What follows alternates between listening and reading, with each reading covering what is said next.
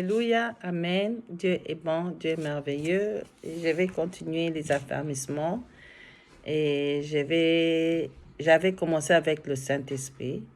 Donc, le Saint-Esprit selon Dieu, selon la Bible. Et je vais continuer avec le don du Saint-Esprit. Amen. Nous allons prier. Père éternel, merci.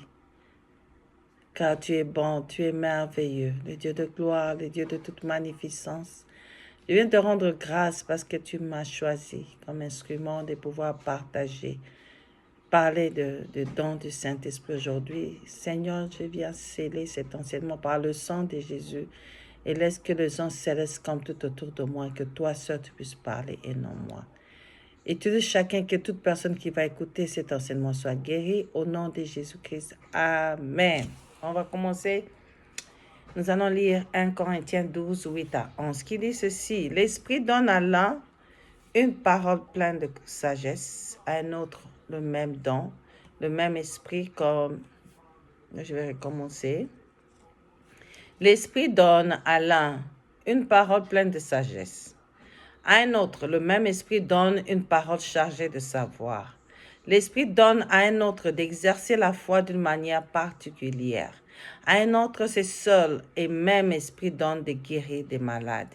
À un autre, il est donné de faire des miracles. À un autre reçoit une activité prophétique, un autre le discernement de ce qui vient de l'Esprit divin.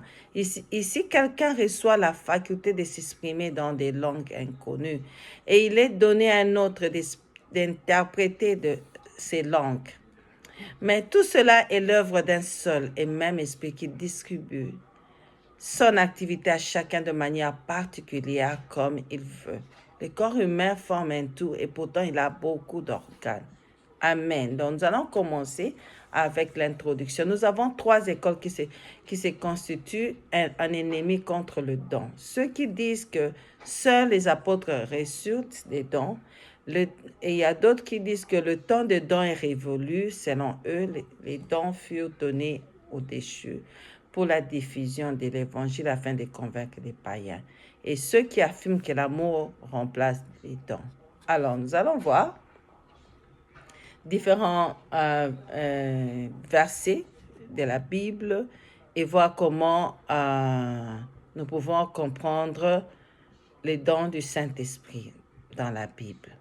Les dons ne sont pas encore retirés de l'Église, mais ils sont répartis selon la volonté divine. Les dons n'avaient pas été donnés seulement pour convaincre les païens, et c'est faux de dire que les dons étaient donnés seulement pour prouver la résurrection de Jésus-Christ. Les dons ne remplacent pas l'amour. 1 Corinthiens 13, et l'amour ne peut pas remplacer les dons. Recherchez l'amour et désirez ardemment les dons. 1 Corinthiens 14, 1 dit ceci.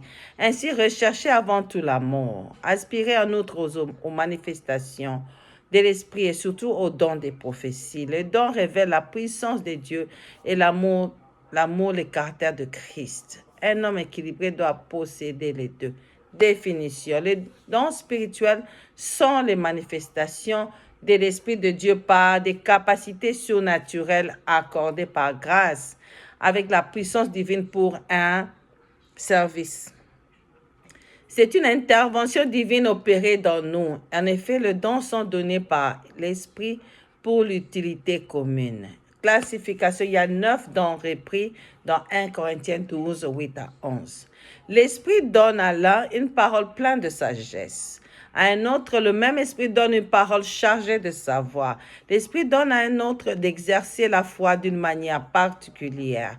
À un autre, c'est seul et même esprit donne de guérir des malades. À un autre, il est donné de faire des miracles. À un autre reçoit une activité prophétique. À un autre, le discernement de ce qui vient de l'esprit divin.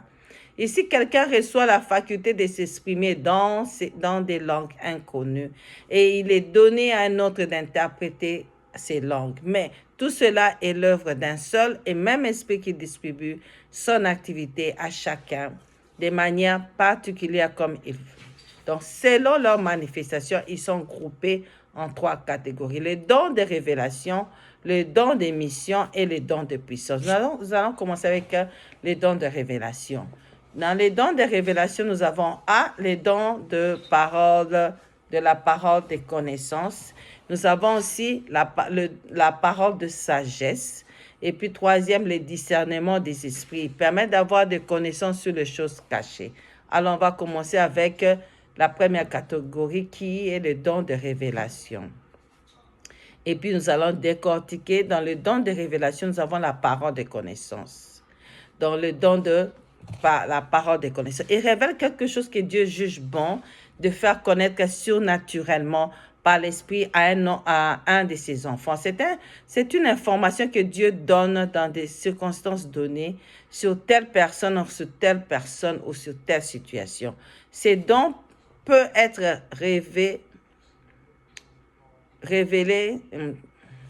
Ces dons peuvent révéler une personne d'une manière surnaturelle, un endroit, des conditions, une nature ou des pensées d'une autre personne. On donne des exemples dans 1 Samuel 9, 15 à 20. Or, la veille, l'Éternel avait fait cette révélation à Samuel. Demain, à cette même heure, lui avait-il dit, « Je t'enverrai un homme du territoire de Benjamin.